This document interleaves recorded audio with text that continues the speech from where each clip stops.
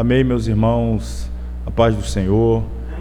Vamos nos colocar sobre os pés, vamos orar, dar início à nossa aula dessa noite, encerrando o livro, o 14º livro, são os livros do Evangelho, e hoje falando de Atos dos Apóstolos. Oremos. Santo Deus e Pai, nós te louvamos, te bendizemos, agradecemos ao Senhor por mais uma vez nos permitir chegar aqui à tua casa e juntos, mais uma vez, termos o privilégio de estudar e aprender mais a tua palavra. Senhor, abençoe cada aluno aqui presente, cada aluno que nos acompanha à distância, que a bênção do Senhor seja sobre a vida de cada um, ó Pai, de uma forma grandiosa e especial, nos iluminando, nos abençoando, nos agraciando nessa noite. Nós rogamos a Ti a Tua bênção em nome de Jesus. Amém. Pois bem, como dito então, vamos agora aí abrir o nosso material no 5º capítulo. Vamos aqui dar uma breve apresentação do conteúdo do nosso material sobre o livro de Atos dos Apóstolos, e como todos já sabem, depois nós vamos aí nos debruçar sobre os slides aqui preparados. Para hoje são uns 120 slides, irmão, muita coisa para falar em Atos dos Apóstolos. Vamos começar falando aí no nosso material sobre a autoria. Na tradição, ou uma tradição digna de confiança, atribui a Lucas, o médico amado, a autoria deste livro. O primeiro livro foi o Evangelho segundo Lucas. Esse médico juntou-se ao grupo de Paulo em Troade. Observe a mudança de tratamento de eles para nós. E viajou com o missionário a Filipos. Aparentemente, ele ficou em Filipos e não se juntou a Paulo até o retorno deste a essa cidade em sua terceira viagem missionária. Em geral, acredita-se que Lucas era gentil. Nós já enfatizamos bastante o fato de ser Lucas o único não-judeu a contribuir para a escrita do cânon sagrado. Dos 66 livros, 2 foram escritos por este não-judeu Lucas.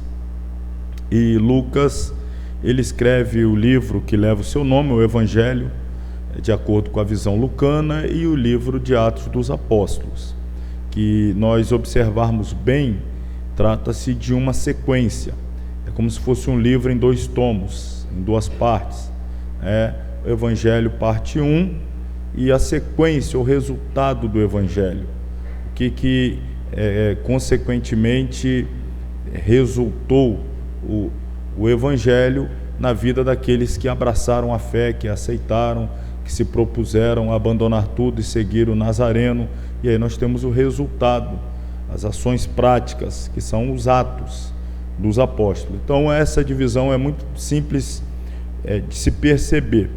Porém, há uma introdução em Atos, quando Lucas reproduz ou repete o mesmo destinatário de quando ele escreveu o seu registro do Evangelho. Ele dirige a uma pessoa. Nós veremos que muito provavelmente foi a pessoa quem deu a ele os recursos necessários para fazer a sua pesquisa, que culminou com a escrita tanto do livro do Evangelho quanto de Atos dos Apóstolos.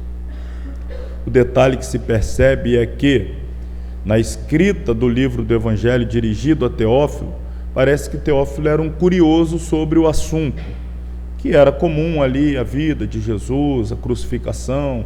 Isso causou um impacto muito forte na sociedade daquela época. É fácil a gente compreender, toda a sociedade, vamos dizer assim, mundial, foi impactada pela vida de Jesus. Hoje nós contamos o calendário entre antes e depois de Cristo. Então ele é um divisor d'águas.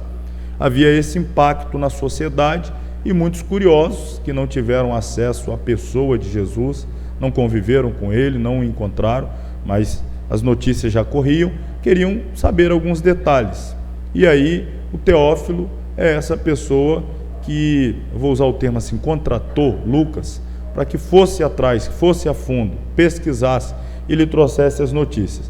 É como se ele não quisesse ficar apenas com as informações do próprio grupo judeu, sendo ele, Teófilo, um gentil, queria alguém, vamos dizer assim, imparcial.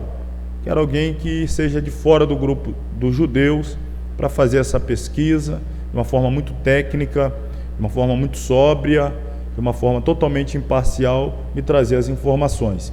E ao que tudo indica, esse trabalho realizado por Lucas, quando chega às mãos de Teófilo, produziu a conversão de Teófilo. E aí um segundo investimento para prosseguir novas investigações, pesquisas, que vai culminar na escrita de Atos dos Apóstolos. E agora quando dirigido a Teófilo, Teófilo já é tratado como um irmão, o que nos leva a crer que a leitura do livro do Evangelho escrito por Lucas produziu a sua conversão. O outro detalhe é que nós, lendo o livro de Atos dos Apóstolos, nós vamos ver sempre Lucas como escritor, narrando os episódios, apontando para a terceira pessoa, ele, ou do singular, ou do plural, e eles, e tendo ele ido, e tendo eles, e quando eles foram, e eles voltaram, e eles disseram, e eles. Ele está como alguém de fora que está narrando os acontecimentos. Mas a partir da segunda viagem missionária, há uma mudança. Ele começa a dizer nós. E nós navegamos, e tendo nós... Opa, então calma aí. O eles virou nós. Então o Lucas, que estava de fora, agora ele está fazendo parte do grupo. E esta é uma das fortes razões pelas quais acreditamos que ele se converteu justamente no ministério do apóstolo Paulo, chegando a fazer parte em um determinado momento de uma das viagens missionárias. Estou aqui dizendo da segunda. Lucas estava ali pelo menos por um tempo. Depois ele volta a narrar, e ele sai de cena mais uma vez. São detalhes que às vezes passam desapercebido, mas aqui já chama a atenção para percebermos que o escritor, na maior parte do tempo, ele está escrevendo sobre outras pessoas das quais ele recebeu a informação, mas em dado momento ele escreve como quem ali estava participando, ativa e efetivamente dos acontecimentos, portanto com mais propriedade podendo escrever. O tema, o livro dos Atos dos Apóstolos contém a história do estabelecimento e desenvolvimento da igreja cristã e da proclamação do Evangelho ao mundo então conhecido, de acordo com o mandamento de Cristo e pelo poder de seu Espírito. É o relato do ministério de Cristo continuado por seus servos. Leon Tucker sugere as seguintes palavras: ascensão, descida e expansão. A ascensão de Cristo é seguida pela descida do Espírito Santo, e a descida do Espírito Santo é seguida pela expansão do Evangelho. Então essas três palavras são chaves: a ascensão, a descida e a expansão. A ascensão de Jesus promove a descida do Espírito Santo. A descida do Espírito Santo promove a proclamação do Evangelho, a expansão, crescimento, avanço. Para quem foi escrito, apenas para constar, pois já antecipei, Lucas endereçou seu registro do Evangelho, lembrando lá o primeiro tomo, primeiro livro, ao excelentíssimo Teófilo, usando um título que indicava ser Teófilo, alguém pertencente ao alto escalão. Um título formal empregado aqui. Esse título excelentíssimo a gente usa para autoridades mesmo de alto escalão. Você vai se dirigir a autoridades, presidente da República, excelentíssimo, ministros de Estado, excelentíssimo. Então, não dirigiria esse termo assim, de forma meramente bajuladora, jogando ao vento. Possivelmente Teófilo era alguém de alta dignidade dentro da sociedade da época. Lucas se dirige a ele como excelentíssimo. Então, alguém de extrema nobreza e também de recursos financeiros aí abastado, que possibilitou todo esse financiamento do trabalho que ele entregou a Lucas para que se fosse feito. Outro detalhe é nós destacarmos aqui a etimologia do nome, Teófilo. Eu acho que eu já falei esses dois aqui, dividi, já falei bastante sobre esses dois nomes aqui, Theos, Deus, Filo, de Filéu, é uma forma de amor, um amor fraternal. Então, Teófilo é alguém que tem um amor fraternal por Deus. É o amor de amigo. Então a gente poderia chamar, traduzindo assim, Teófilo como amigo de Deus. Amigo de Deus. Seria essa tradução. Então olha para quem Lucas está escrevendo. Para um amigo de Deus. E consequentemente para os amigos de Deus. Óbvio, então, esta escrita ela é muito bem recebida por nós, que nos entendemos aí pelo menos em etimologia, tal qual Teófilo, amigos de Deus. Teófilo provavelmente deve ter sido um prefeito, governador, ou alguém que exercia outro cargo público. É possível que Teófilo tenha se tornado cristão entre a composição do Evangelho segundo Lucas e o livro de Atos dos Apóstolos, razão pela qual o autor refere-se ao destinatário como um irmão cristão apenas em Atos. O versículo-chave de Atos é Atos 1:8, daqui a pouquinho eu volto para falar sobre ele. Para nós avançarmos aqui, o esboço do livro, fiz aí uma divisão em 4 partes, que está justamente apegada ao versículo-chave, né, que recebeu o poder para ser testemunha em Jerusalém, Judéia, Samaria e confins da terra. E quando nós observamos Atos 1 até o 8, versículo 4, nós vemos a igreja onde? Em Jerusalém. Depois do versículo 5 do capítulo 8 ao 12, 23, é esse período de transição, a igreja da Palestina e da Síria. E a partir do versículo 24 do 12 até o 21, versículo 17, a igreja está entrando nas comunidades gentílicas, já está adentrando a Europa, as viagens missionárias do apóstolo Paulo. Então a igreja está na Ásia, a igreja está na Europa, e aí depois as últimas viagens, levando Paulo aí a Roma, nós temos as cenas finais, é a igreja indo para os confins da terra. Não vou ler a visão panorâmica, mas os irmãos precisarão ler, obviamente, vai passando as páginas aí. Eu coloquei um box aí com um interessante comparativo entre Pedro e Paulo, que eu também ressalto a importância dos irmãos lerem, e na página seguinte também esse box aí com alguns pontos detalhados das 3 viagens missionárias do apóstolo Paulo, importante que se leia também. Vamos aí ao fim, eu quero ler, eu separei os 28 capítulos de Atos dos Apóstolos, dando um título breve para cada capítulo. Eu vou ler aqui e a gente vai então já seguir para os slides. Por exemplo, capítulo 1, a gente está chamando ele aí do capítulo do poder, pelo menos a promessa. Capítulo 2, o evento que marca a manifestação do poder, a descida do Espírito Santo, Pentecostes. Capítulo 3, Pedro e João. Capítulo 4, sacerdotes e João. Capítulo 5, castigo. Capítulo 6, os cristãos pobres, que é justamente o que vai dar origem ao diaconato. Nós vamos falar sobre isso daqui a pouco. Capítulo 7, Estevão sendo perseguido. No capítulo 8, Filipe indo pregar em Samaria. O capítulo 9 é o capítulo da conversão de Paulo. O 10, a visão de Pedro. No 11, a explicação de Pedro, do porquê ter ido à casa de Cornélio, etc. No 12, nós temos a prisão de Pedro e a sua milagrosa soltura pela ação divina, por uma ordem determinada, um anjo para que o libertasse. O capítulo 13, então, inicia aí agora, vamos dizer assim, a luz que estava sobre Pedro, não que ele fosse mais importante, estou dizendo aqui do ponto de vista literário. Lucas estava ali seguindo os passos de Pedro. A partir do capítulo 13, Lucas agora está seguindo os passos de Paulo.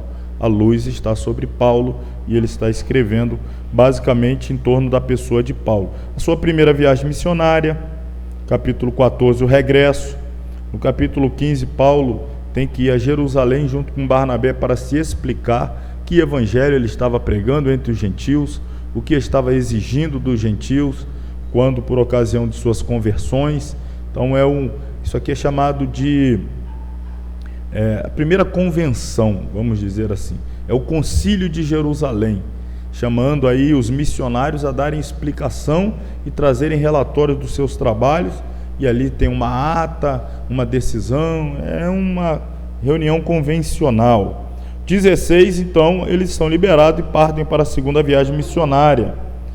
Nós já sabemos, mas ressalto aqui que há um pequeno desentendimento entre Paulo e Barnabé acerca da pessoa de João Marcos, sobrinho de Barnabé, que os acompanhou na primeira viagem por um curto período de tempo, depois os abandonou. Barnabé quer levá-lo pela segunda vez, Paulo não quer, eles se dividem. Então Barnabé e João Marcos vão a Chipre, e Paulo agora vai ter como auxiliar o Silas, e este vai acompanhá-lo em outra direção. Daqui a pouco, no 17, está lá Paulo em Atenas.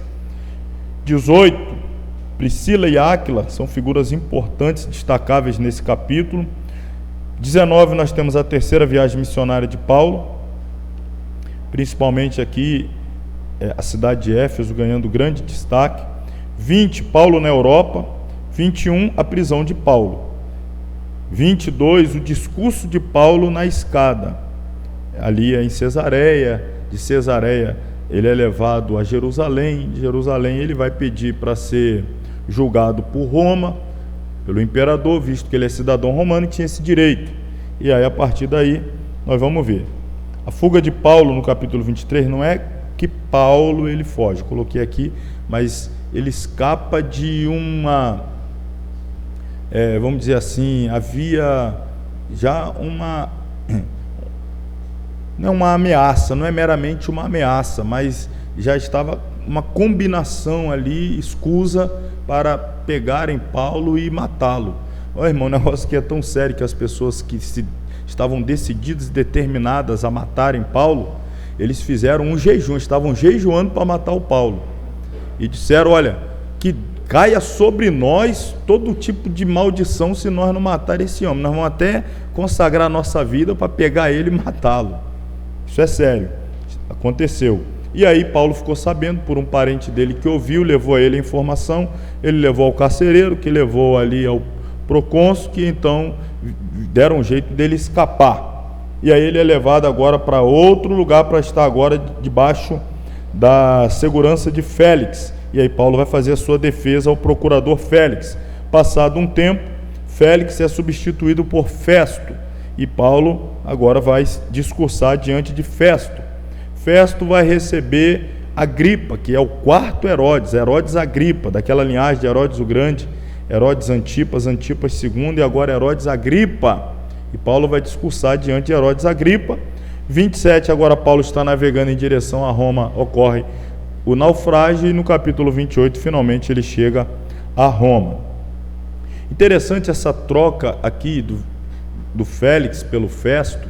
Paulo já havia solicitado a sua ida para Roma para ser julgado lá, e o Félix estava mantendo ele sob custódia e não o enviou.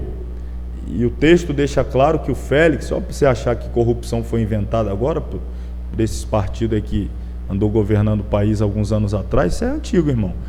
O Félix estava esperando, quem sabe, que o Paulo fosse propor a ele um suborno para que fosse liberado, e ele ficava toda hora chamando Paulo para ver se o Paulo fazia alguma proposta a ele, para liberar ele. O Paulo não fazia nenhuma proposta, já tinha decidido: eu quero ser julgado em Roma, vou seguir a lei, vou seguir a regra, o que é correto. E o Félix ficou segurando ele aquele tempo ali. Como não deu em nada, o Félix foi substituído, chegou o Festo para assumir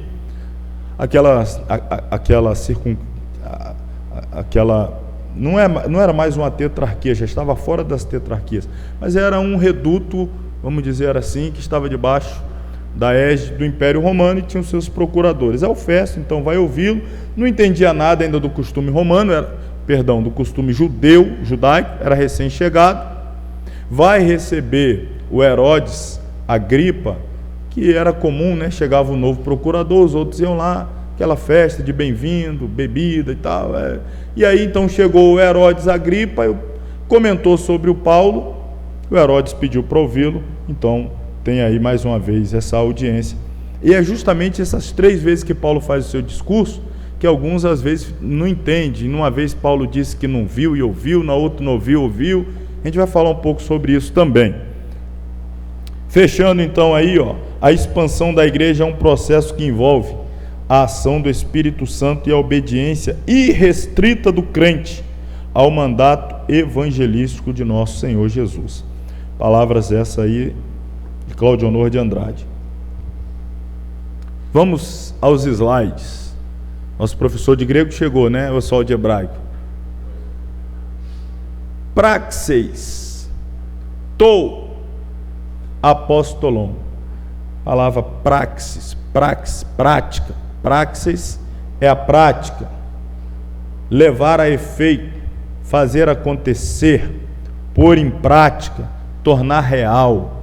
Quando nós chamamos o livro de Atos dos Apóstolos, em grego é praxis, tou apostolon, é a prática, são atos práticos. Por isso que eu disse, aqui é o resultado do Evangelho. Qual foi o resultado daquela mensagem? Qual foi o resultado do sacrifício, da morte, do sangue? Precisamos ver em atos praxis, práticos, o resultado da mensagem do Evangelho. Portanto, o livro de Atos dos Apóstolos, ou livro de Atos, não nos apresenta o relato de uma nova religião, e sim de uma igreja viva. Atos dos Apóstolos é o livro dos atos práticos da igreja, cumprindo as ordens de Jesus e levando a mensagem do Evangelho aos confins da terra. Então, o que é o livro de Atos? É o livro da dinâmica da igreja. É o livro da igreja obedientemente cumprindo a ordem do seu Salvador. Os relatos que aqui encontramos. Atos dos Apóstolos é o relato da obra do Espírito Santo na igreja por meio dela. Por isso que nós dizemos, na verdade, talvez o título mais bem posto para este livro, visto que, vos lembro, os nomes dos livros não foram inspirados, foram colocados bem depois, claro, para nos ajudar a entender os seus conteúdos. E alguém achou por bem dar a este livro o título de Atos dos Apóstolos. Mas, na verdade, seria muito mais bem posto chamado livro dos Atos do Espírito Santo. Até porque quem nós vemos e continuamos a ver em ação são não os apóstolos, mas sim o Espírito Santo. Outro sim, não temos aqui narrado apenas Atos dos Apóstolos. Nós temos narrativa aqui de atos de diáconos, atos de cooperadores, atos de não obreiros. Mas quem é o fio condutor em todos esses atos? Quem é a espinha dorsal? Quem é a figura central? Nos atos dos apóstolos, nos atos dos diáconos, nos atos dos presbíteros, é o Espírito Santo. Então, os atos, na verdade, são dele. Atos dos Apóstolos é a mais expressiva revelação da história da igreja primitiva. É o mais fidedigno livro que nos narra a história da origem da igreja. É o relato do ministério de Cristo, continuado por seus servos, de que forma? No poder do Espírito Santo. Cristo atuou no poder do Espírito Santo e ordenou aos seus discípulos que não agissem até que o Espírito Santo sobre eles descesse, autorizando então seus atos. E aí, quando o Espírito desce, no capítulo 2, nós temos aí narrado então os atos da igreja no poder do Espírito Santo. A igreja primitiva não tinha nada do que muitos pastores buscam hoje como fonte de sucesso para os seus ministérios. Refiro-me aqui, por exemplo, Refiro-me a propriedades. A igreja primitiva não tinha dinheiro, a igreja primitiva não tinha templos suntuosos, não tinha. A igreja primitiva não tinha status social nenhum, influência política, não vou nem dizer que zero, menos que zero. Redes de televisão tinha, isso tinha. No entanto, ganhou multidões para Cristo e viu a implantação de inúmeras igrejas por todo o mundo romano. E aí que tudo isso se deu pelo poder do Espírito Santo que capacitava o seu ministério. Os primeiros cristãos eram pessoas, olha a imagem ali atrás, inflamadas pelo Espírito Santo. O diferencial todo é esse, inflamadas, pessoas que ardiam, que se deixavam queimar, se deixavam consumir pela obra do Espírito Santo. Entendendo melhor Atos dos Apóstolos, Atos completa o propósito divino inserido nos 4 livros do Evangelho de Jesus.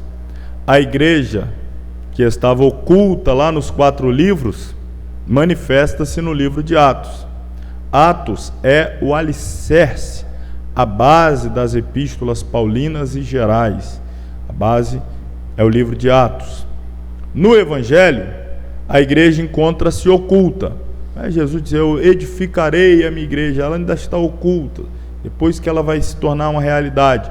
Em Atos, a igreja não apenas é um organismo vivo, mas um organismo vivo e 100% poderoso e eficaz. No Evangelho, o Senhor Jesus faz promessas à igreja. Em Atos, encontra-se o cumprimento das promessas. No Evangelho, os servos são crentes práticos. Porém, em Atos, nós vemos agora os servos sendo crentes práticos e espirituais. No Evangelho, a pessoa divina central é o Filho de Deus. Em Atos, a pessoa divina central é o Espírito Santo. Atos mostra-nos os resultados práticos da morte do Filho de Maria e da ressurreição do Filho de Deus. O Espírito Santo é a causa determinante dos acontecimentos narrados no livro de Atos dos Apóstolos. Não é, pois, de admirar que no livro de Atos absolutamente tudo gire em torno da pessoa e obra do Espírito Santo. Ele é a pessoa, a figura central.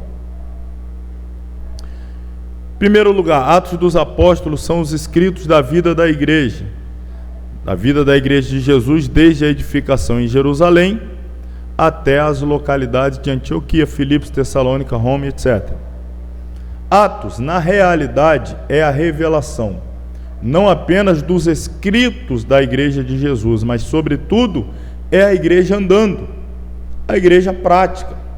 Primeiro, como organismo vivo, ela é o corpo místico, espiritual, ela é a habitação do Espírito de Deus, ela é a morada do ser espiritual mais poderoso do universo. E em segundo, como igreja local, ela é dinâmica, ela é prática. Essa palavra é importante, praxis, que dá o nome ao livro, Atos. Atos dos Apóstolos são os atos em palavras e obras dos apóstolos de Jesus em prol da igreja. Atos dos Apóstolos, na realidade, são os atos do Espírito Santo na vida dos apóstolos, na vida da igreja de Jesus. Então, nunca perder de vista, a figura central em Atos é o Espírito Santo. Toda a narrativa de Atos gira em torno da pessoa do Espírito Santo. Se o Espírito Santo não tivesse descido em Atos 2, o livro de Atos seria o livro de um capítulo só, terminava em Atos 1. Tudo que acontece depois, por causa de Atos 2.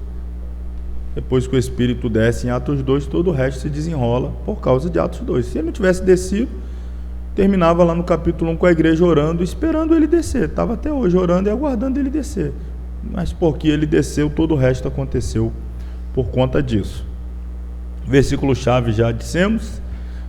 Eu quero destacar essas duas palavras, elas são chaves também, palavras-chaves.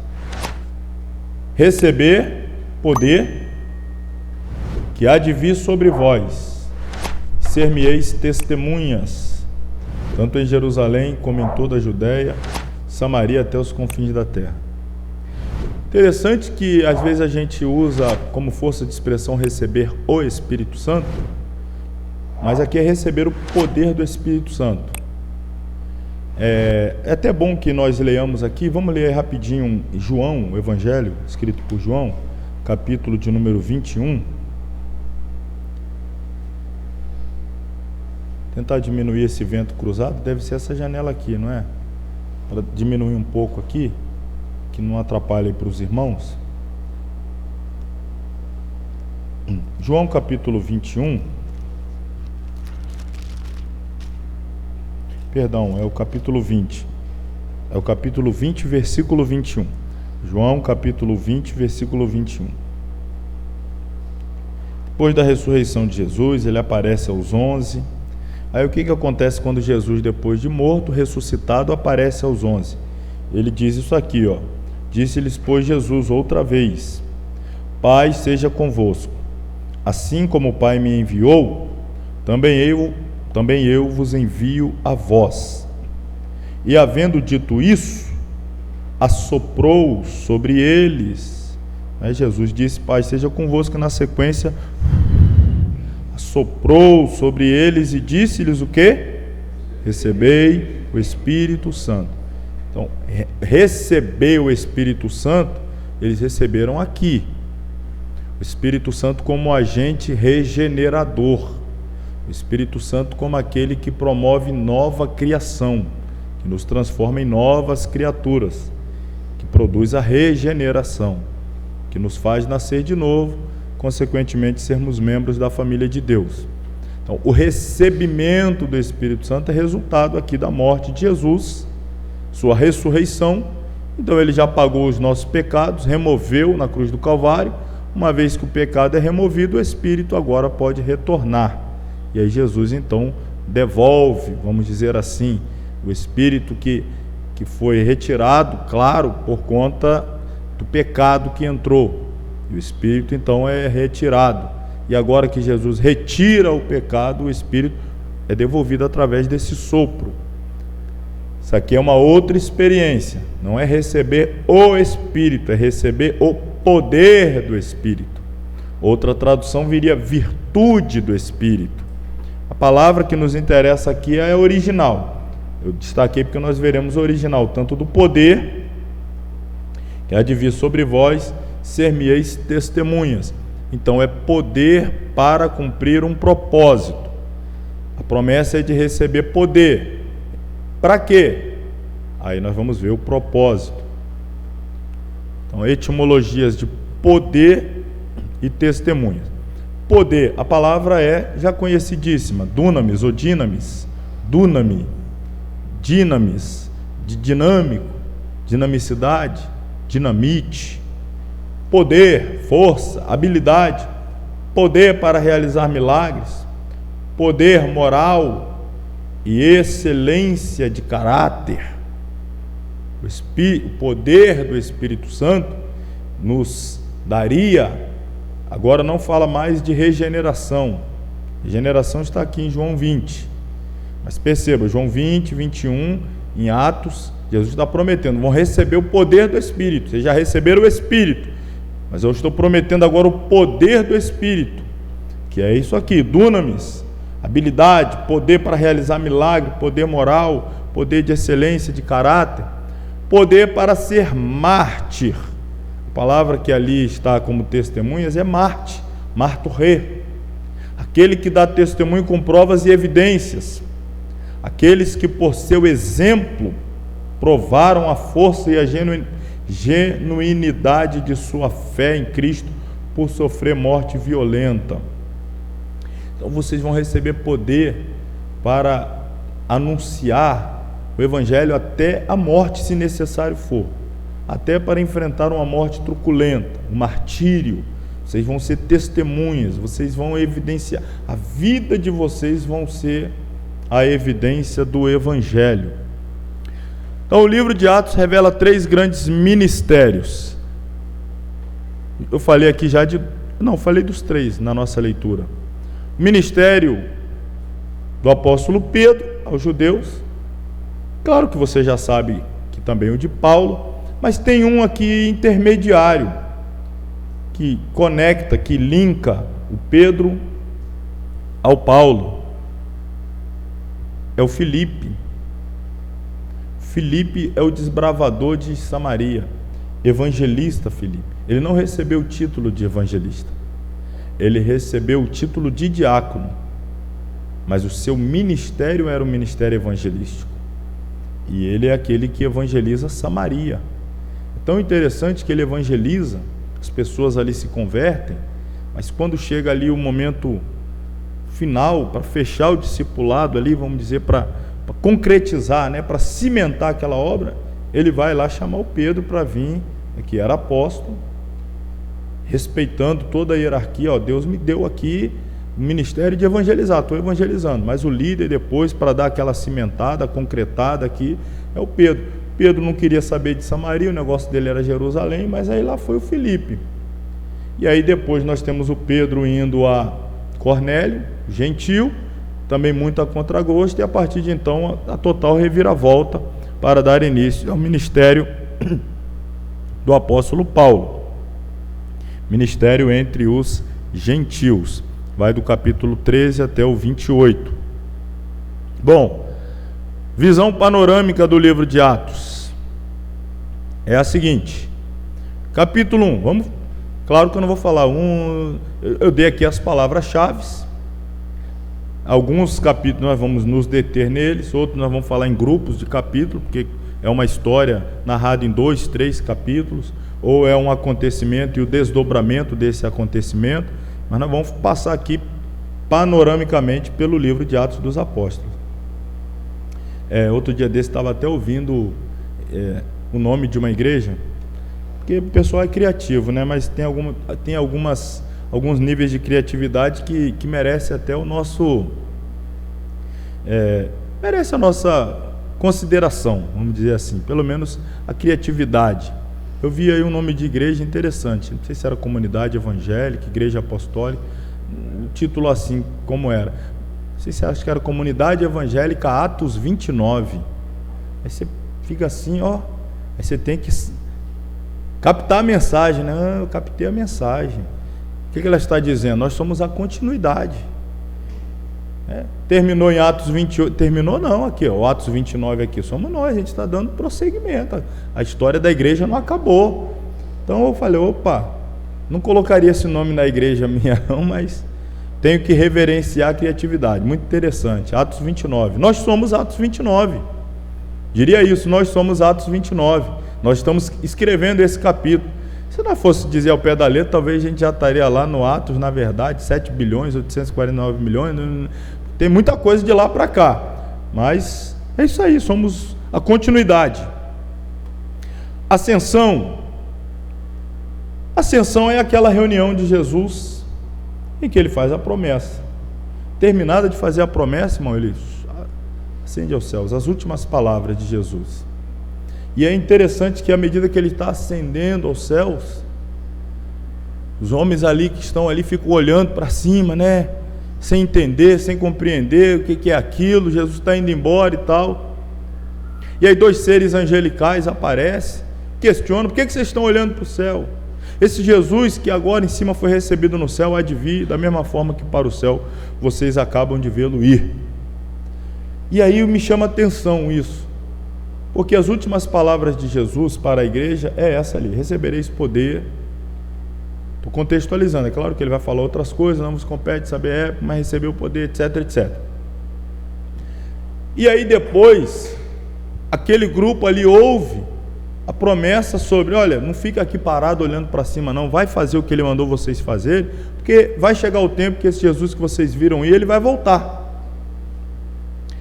E o que me chama a atenção é o fato de que esse grupo aqui, né, representado nessa imagem, ouve dos lábios de Jesus uma promessa para eles começarem a sua atividade como igreja. Vocês vão receber o poder e vocês vão sair por aí, Jerusalém, Judéia, Samaria, vai até os confins da terra. E eles ficam parados. Aí o outro chega, os anjos chegam. O que vocês estão fazendo parado? Olhando para o céu. Esse Jesus que subiu, ele vai voltar.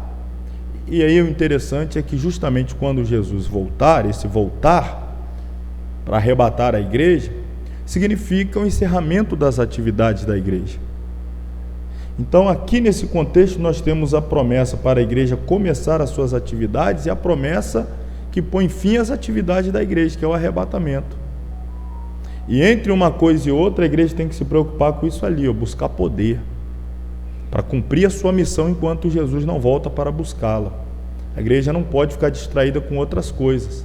Jesus foi questionado, não, mas e o reino e tal, quando é que o Senhor vai restaurar o reino, né? Olha, não vos compete saber essas coisas, não fica perdendo tempo procurando saber essas coisas, se concentra em receber poder e cumprir a missão. Depois que a missão for cumprida, eu volto, busco vocês e ponto final, o céu é o lugar de vocês e tudo o resto aqui é passageiro. Isso é muito importante a gente lembrar. Então no capítulo 1, com a ascensão do Mestre, o Espírito Santo é ansiosamente esperado pelo primeiro núcleo da Igreja de Jesus. Um outro evento importante que marca Atos capítulo 1, se você quiser ir indo com a Bíblia aí para a gente seguir, um outro evento importante que marca Atos capítulo 1 é a escolha de Matias, não é? A partir do versículo 15. Parece-me, e eu faço coro aqui com muitos comentaristas bíblicos, não posso fazer uma afirmação aqui definitiva, mas eu dou aqui a minha interpretação, baseado no meu entendimento pessoal e particular, embasado com muitos outros comentaristas bíblicos de respeito, é que houve uma quebra aqui da ordem que Jesus deu.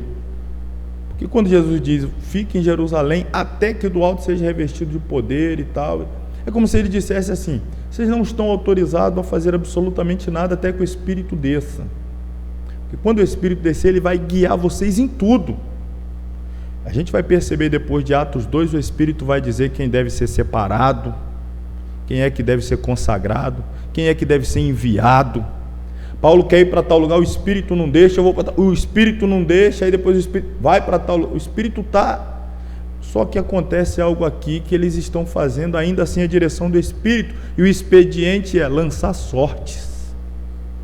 O Matias foi escolhido depois que lançaram sorte, né? Foi lá no pedra, papel, tesoura, aí foi, não foi isso não, irmão.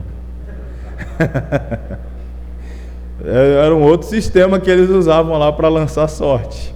Mas, imagina, você é o que foi escolhido na sorte? Você queria ter um ministério que as pessoas dissessem para você assim? Você é aquele que foi escolhido pelo Espírito Santo, olha que coisa linda. E você? Eu fui aquele que foi tirado sorte. Não é esquisito? Qual que você queria? Paulo foi aquele que o Espírito Santo disse, apartai-me a Barnabé e a Paulo.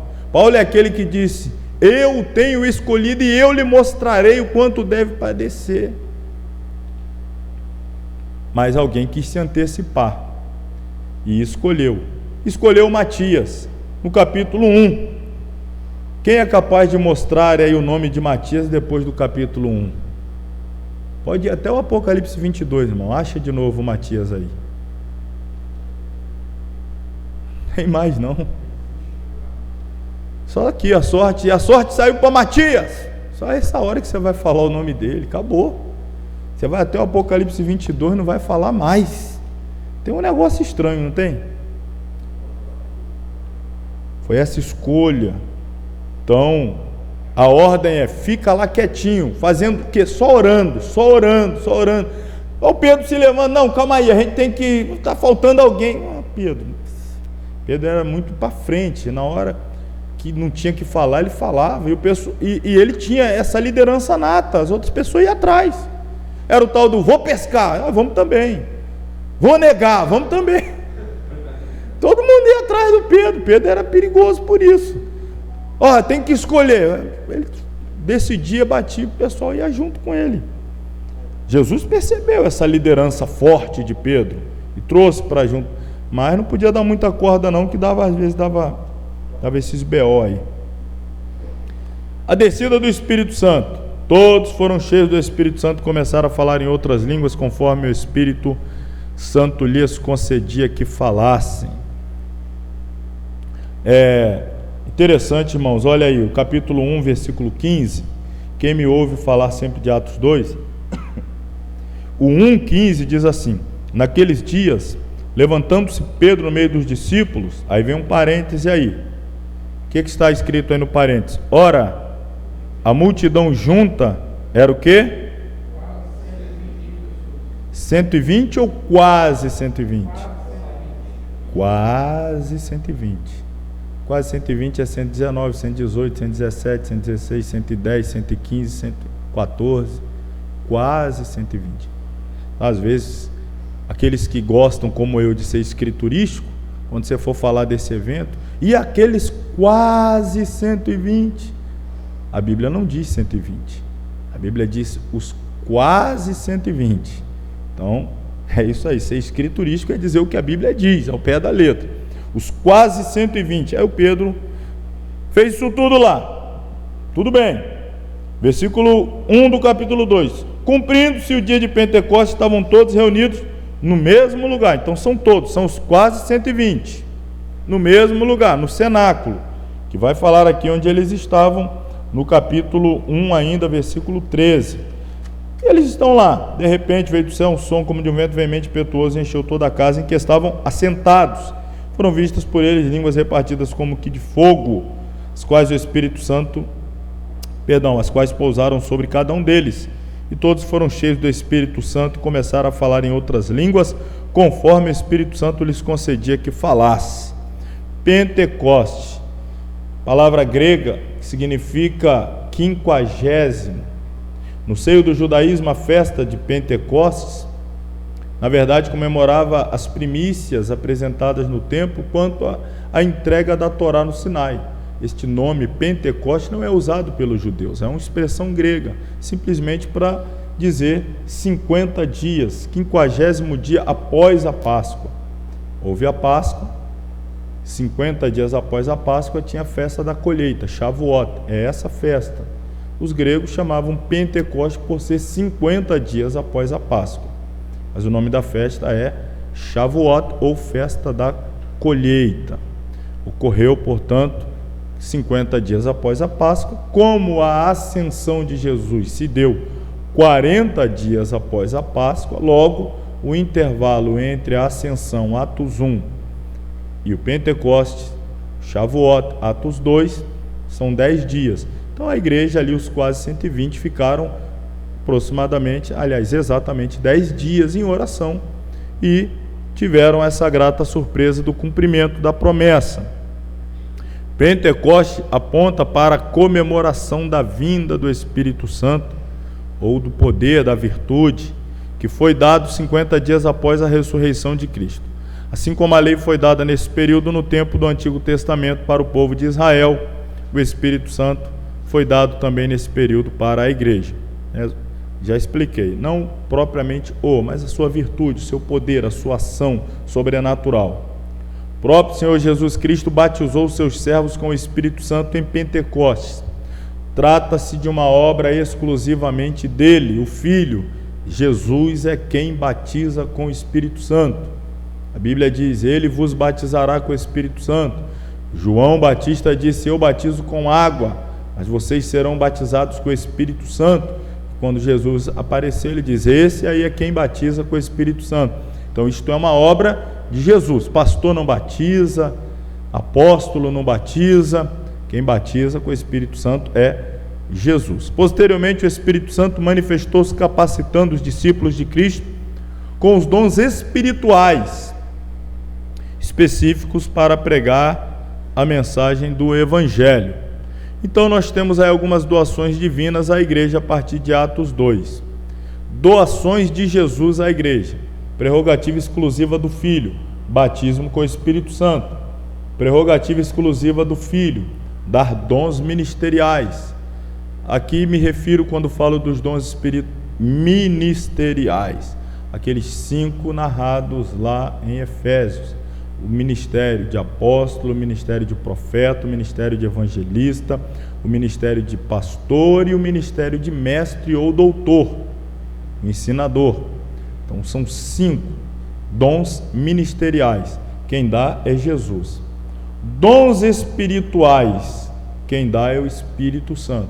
Quais são os dons espirituais? Estou me referindo agora aos dons lá de 1 Coríntios capítulo 12. O dom de variedade de línguas, o dom de interpretação de línguas, o dom de profetizar, o dom de discernimento, o dom de sabedoria, o dom da ciência, o dom da fé, dons de cura, e faltou um aqui que não me lembro agora, que deixei de falar. Mas os 9 que ali estão. Chegamos aos capítulos 3, 4 e 5. Eles recebem poder. No capítulo 2, Pedro prega. Quantas pessoas se convertem com a mensagem de Pedro? Alguém falou aí quase, né? Exatamente, quase. Vamos ler lá em Atos 2, 41. De sorte que foram batizados que de bom grado receberam a sua palavra, e naquele dia agregaram-se quase 2.999, 2.995, quase 3.000 almas. Ok, aí então temos o capítulo 3, Pedro e João vão subir ao templo, a hora da oração, a hora nona. Aí ali temos o discurso. Então a revelação dos primeiros sinais do poder do Espírito Santo. Até aqui a única manifestação visível era o falar em línguas. E aqueles que estavam em Jerusalém, oriundos de várias regiões do Império Romano, que subiram justamente para celebrar a festa da colheita, perplexos, notaram que homens indoutos estavam falando das grandezas de Deus nos idiomas deles. Isso foi um sinal extraordinário.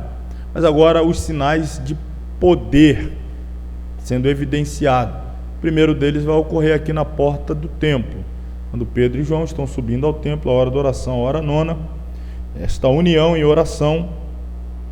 E agora eles estão subindo ao templo e nós vamos ver esse sinal do poder do Espírito Santo, bem como o resultado, as primeiras perseguições contra a igreja. Pedro e João são os legítimos representantes da igreja, que foram salvas pelo sacrifício de Jesus e receberam a autenticação do Espírito Santo e o batismo, o revestimento de poder. Então a igreja está indo ao templo, a hora da oração. E o milagre não acontece quando eles saem, né? O milagre acontece quando eles estão entrando, né? Talvez muitos hoje parariam na porta e falariam: rapaz, espera aí, o culto ali vai ser power, eu vou receber poder, depois que o culto terminar e na saída. Mas e agora? Não, agora não, eu estou vindo aí meio... A pessoa já não vai para a igreja, né? Olha só a diferença, já não vai para a igreja cheia, já não vai para a igreja com poder, já não vai para a igreja com autoridade, com unção. Ela vai na expectativa de que vai receber lá para depois, mas ele já tem.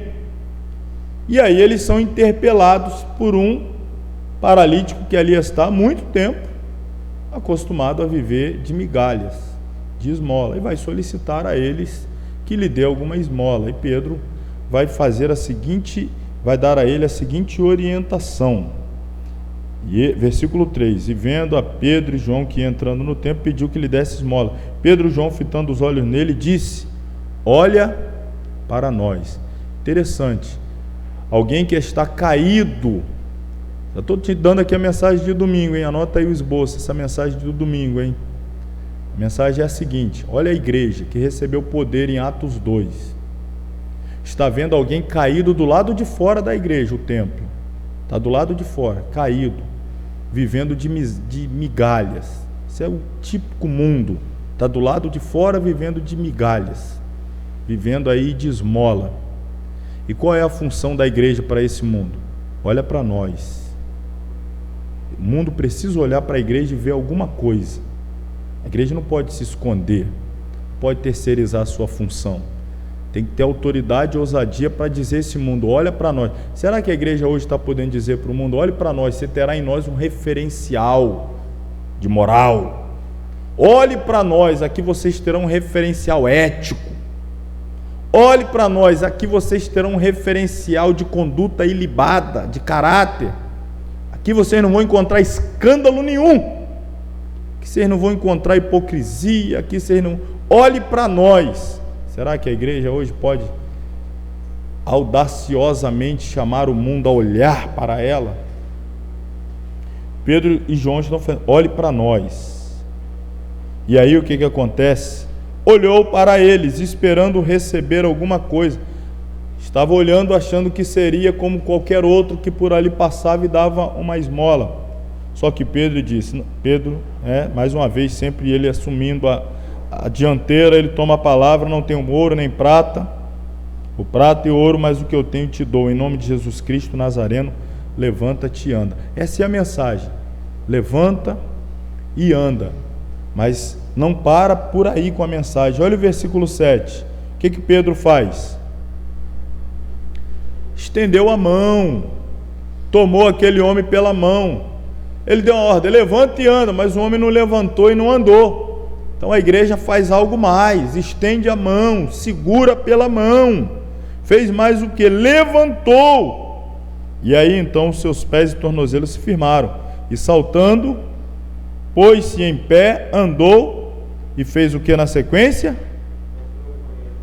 Olha aí, estava do lado de fora, agora está do lado de dentro. É isso que a igreja faz. A igreja pega e transforma quem está caído do lado de fora, levanta ele, ajuda, estende a mão, põe ele firme e faz ele entrar. Agora você faz parte do grupo do lado de dentro. É para isso que a igreja foi chamada. E aí, claro, agora vem a perseguição dos que estão do lado de fora. Os capítulos 3 a 5 de Atos, o Espírito Santo revela seu extraordinário poder através da igreja, balançando inclusive a força religiosa dominante de então, o judaísmo. Foi um golpe no judaísmo, porque agora tem um grupo que está falando em nome de Jesus, a quem o judaísmo fez de tudo para matar, matou, e depois fez de tudo para esconder que ele ressuscitou, pagou lá os guardas. Você pensa bem, né? Como é que Jesus foi morto, colocaram ele lá no sepulcro, uma pedra gigantesca na porta, guardas na frente, que os líderes religiosos disseram lá ao Pilatos, a liderança romana, olha, coloque guardas na porta, porque quem sabe os discípulos vêm, rouba ele de noite, o estrago vai ser maior. E os guardas ficaram lá, e não adiantou, o anjo veio, desceu, removeu a pedra, o corpo saiu, e os guardas sumiram. E aí o que os religiosos fizeram? Pagaram eles e disseram, quando vierem perguntar o que aconteceu, não diga que anjo desceu, removeu a pedra, diga que os discípulos que vierem roubaram ele. Mas se perguntar, mas vocês não são soldados? Por que vocês deixaram isso acontecer? Vocês vão dizer o quê? Diga que estava dormindo. Mas como é que vocês viram que foi o discípulo que levou ele? Como é que explica um negócio desse? Não é aquela história assim, foi o discípulo que levou, como é que você sabe? Eu estava dormindo. Mas como é que você está dormindo? Não, como é que diz? Não sei. Está aí, e é isso que se divulgou isso, e todo mundo... Como é que a pessoa é mais propensa, irmão, que eu estou te chamando a atenção? Há uma propensão tão grande para se acreditar na mentira, mentiras absurdas, descarada, deslavada, e a pessoa recebe um negócio que você, em 2, 3 perguntas de interrogatório, o que houve lá, meu filho? Os discípulos vieram e levaram o corpo, você não é guarda, como é que você deixou isso acontecer? Eu estava dormindo. Você estava dormindo, como é que você sabe que foi eles? Acabou a mentira ali. Mas aí o judaísmo, mais uma vez, e agora? Como é que a gente vai resolver esse problema? Falamos, pagamos para matar, pagamos para entregar, o Judas entregou, pagamos para matar, matou, pagamos para manter morto, que ele ressuscitou, mas pelo menos a notícia de que ele continua morto. Agora vem um e levanta um coxo e diz que fez em nome do morto que não está morto, em nome de Jesus Cristo, o qual está vivo, ressuscitou e está diante de Deus. E agora o que a gente faz? Agora tem que perseguir os discípulos que estão pregando que ele está vivo e estão fazendo sinais extraordinários em nome dele. A cura do paralítico na Porta Formosa. Então, a liderança está em situação difícil. O Sinédrio. Quem é o Sinédrio? Lembrando, o Sinédrio era o organismo que reunia as pessoas mais poderosas da religião, política, ideológica e economicamente lá da cidade de Jerusalém. O Sinédrio era composto por 70 membros, além do sumo sacerdote que presidia. Eles tiraram isso aqui lá dos 70 que Deus tirou de Moisés. O Espírito que estava sobre Moisés tirou e colocou sobre 70. Então teriam ali 70 e mais Moisés para julgar as causas, ajudar a liderar o povo. Então, a partir dessa tradição, eles fizeram então o tal Sinédrio, que era um tribunal religioso para julgar as causas, 70 mais o líder maior, o sumo sacerdote. E aí quem é que participava do Sinédrio? Quem eram os sinedritas? Os sacerdotes, que eram formados pelos saduceus, os escribas, que eram uma espécie de juristas, doutores da lei, versados na lei, na maioria formados por fariseus, e os anciãos, pessoas idosas, já de uma idade avançada, mas que o tempo todo lideram aqui, ou participaram efetivamente da vida religiosa do povo. Então, pessoas também com sabedoria dentro da Torá. Levaram aí o Pedro e João, a partir do evento da libertação do coxo, capítulo 3, que começa uma rota de perseguições atrozes e sem fim sobre a igreja. Entretanto, percebe-se que a igreja cresce de forma assustadora. Em que contexto?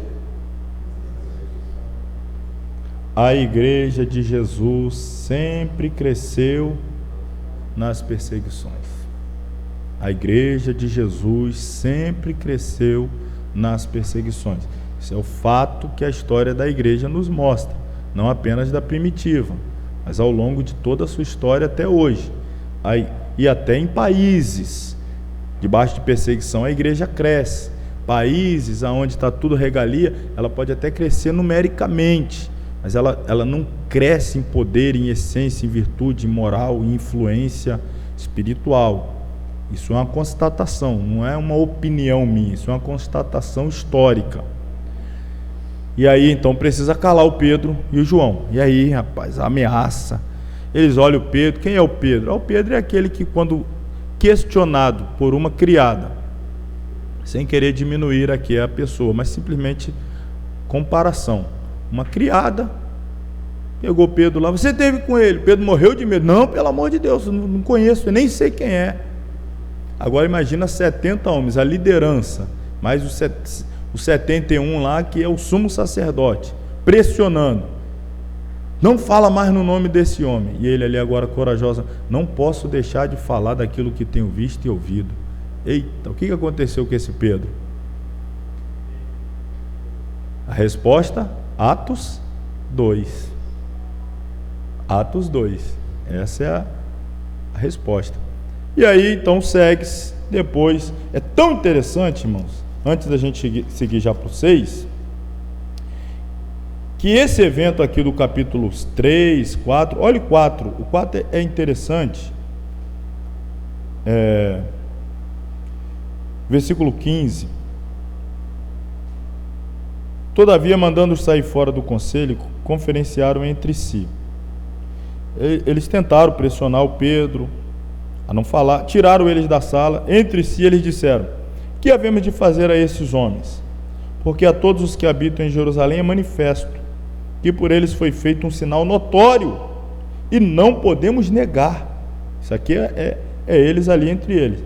Mas para que não se divulgue mais entre o povo, ameacemo-los, para que não fale mais nesse nome a homem algum. Chamando-os, disseram-lhe que absolutamente não falassem, nem ensinassem no nome de Jesus. Mas se percebeu aqui antes, a gente não pode negar o que eles fizeram, mas também a gente não pode permitir que se divulgue. Eles curaram, levantaram, em nome de Jesus, isso é fato, todo mundo sabe, mas ninguém pode permitir que isso vaze, tem que ficar aqui. Olha os líderes religiosos, a gente reconhece que foi feito, e foi feito em nome de Jesus, mas daqui para fora a gente não pode deixar que isso vaza, não. E mais, vamos ameaçar ele para que não leve adiante. E aí ameaçaram, não conseguiram, tentaram, então falaram, vamos fazer o seguinte, vamos passar da ameaça. E Pedro respondeu aqui no versículo 20, não podemos deixar de falar do que temos visto e ouvido. O que eles fizeram então? Versículo 27, 28, para fazerem tudo que a tua mão, 29, olha a oração deles, agora pois, ó Senhor, olha para as suas ameaças, concede aos teus servos que falem com toda a ousadia a tua palavra, enquanto estendes a mão para curar, para que se façam sinais e prodígios pelo nome do teu santo Filho Jesus. E tendo eles orado, moveu-se o lugar em que estavam reunidos, e todos foram cheios do Espírito Santo e anunciavam com ousadia a palavra de Deus. A oração deles depois daquelas ameaças: Senhor, nos dá mais coragem, para que a gente não retroceda, para que a gente avance. E aí nessa oração o lugar moveu e todos ali foram cheios. Tremendo, não é, irmãos? Segue aí o capítulo 5. Mais uma vez eles são ameaçados. Agora sim passa da ameaça. Para a gente fechar o capítulo 5, olha o que acontece no versículo 38. O Gamaliel, vai ser chamado para dar sua posição, aquele grande sábio que foi responsável pela formação de Saulo de Tarso. Gamaliel diz assim: dai de mão a estes homens, ou deixa eles para lá, larga eles de mão, deixa-os. Se esse conselho ou esta obra é de homens, o que vai acontecer naturalmente? Se desfará. Mas se o que eles estão fazendo é de Deus, nós não vamos conseguir desfazer. E pior ainda, o que vai acontecer é que nós vamos ser achados combatendo contra Deus. E aí? Se é de homem, vai acabar, deixa eles para lá. Se for de Deus, não tem como parar. E o pior, a gente vai estar lutando contra Deus. E olha aí a nossa situação. Sabe o que eles fizeram diante dessa proposta? Concordaram com ele, diz o versículo 40. Chamaram os apóstolos, fizeram o quê? Mas nós concordamos, mas antes nós vamos pelo menos dar umas meia dúzia de chicotada neles aqui, para não ficar só nas nossas palavras. Açoitaram, mandaram que não falassem no nome de Jesus e deixaram ir. Olha a atitude desses apóstolos aqui. Retiraram-se, pois, da presença do conselho, murmurando, reclamando, dizendo que não queria mais saber de ser pregador, regozijando-se de terem sido julgados dignos de padecer afronta pelo nome de Jesus. E todos os dias no templo e nas casas não cessavam de ensinar e anunciar o nome de Jesus Cristo. Por que eu fiz questão de retornar e dar ênfase nesse ponto aqui? Às vezes existem leis que são estabelecidas que contrariam a nossa fé. A mesma Bíblia que diz para nós respeitarmos as autoridades, ela diz que quando as leis vão contra os nossos princípios, e aí, o que a gente faz? Quando a lei disser que eu não posso mais pregar em nome de Jesus, o que eu faço? Prego em nome de Jesus. Ah, mas você está indo contra a lei. Eu devo obedecer à lei quando a lei é coerente e também ela é compatível com a minha fé, com a palavra. Agora, quando a lei diz, a partir de hoje a lei é que todo mundo, como lá você vai ter, não pode mais orar, Daniel, a partir de hoje não pode mais orar. Daniel fez o quê? Correu para o quarto e foi orar. Ah, não pode mais orar não? Então, não tem jeito, vou ter que orar. Para mudar esse negócio. Os três, a partir de hoje a lei é se dobrar diante dessa estátua. A lei, a partir de agora, é proibido falar em nome de Jesus. Estava aqui.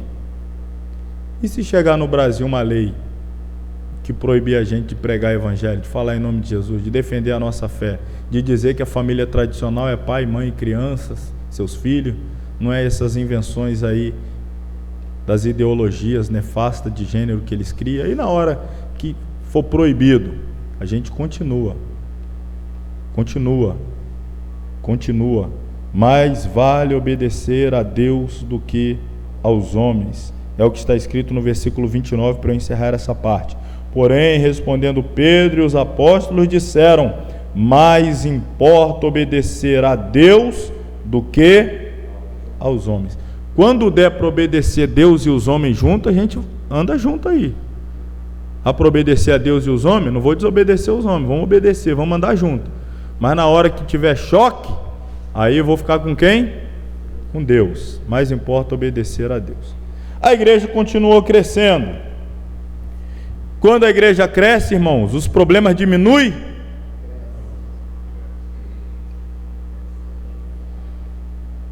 Cresce, né? Aumentou o número de gente. Onde tem gente, tem problema. Tem gente, tem problema. Até para falar o nome do negócio é problemático. Problema. Os problemas estão aí. Antes de eu falar aqui da chamada, versículo 1, estamos no capítulo 6. Naqueles dias, crescendo o número dos discípulos, houve uma murmuração dos crentes gregos. Os gregos aqui, entenda-se, discípulos gregos, crentes gregos.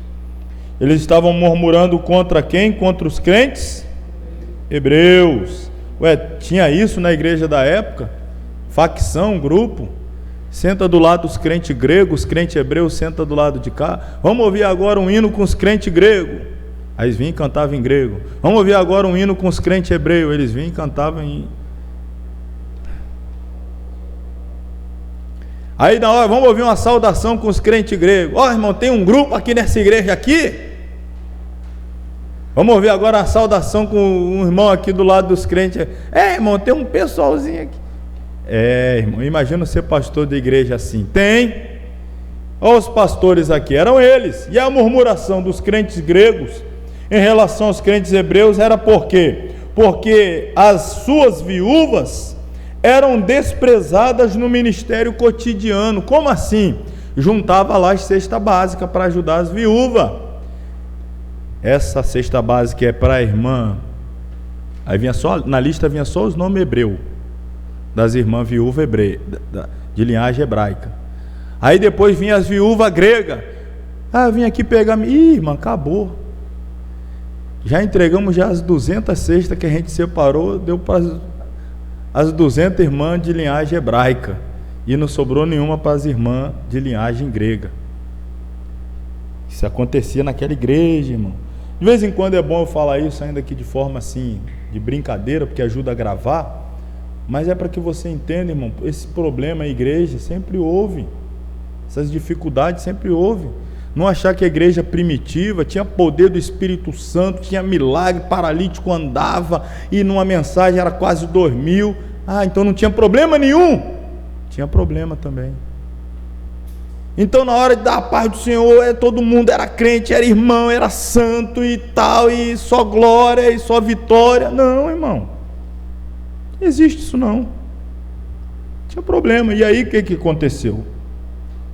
Teve que fazer uma reunião. 12, versículo 2 diz que os 12 convocou a multidão dos discípulos e disseram: não é razoável que nós deixemos a palavra de Deus e sirvamos as mesas. Essa expressão servir a mesa é justamente repartir lá os donativos, os alimentos, ajudar as viúvas. Foi chamar o pastor Pedro, a liderança. Falei: puxa, então quer dizer que eu vou parar de me dedicar à oração e à palavra para cuidar desse detalhe? A multidão era quase 5.000. As viúvas então não tem ideia de quantas eram.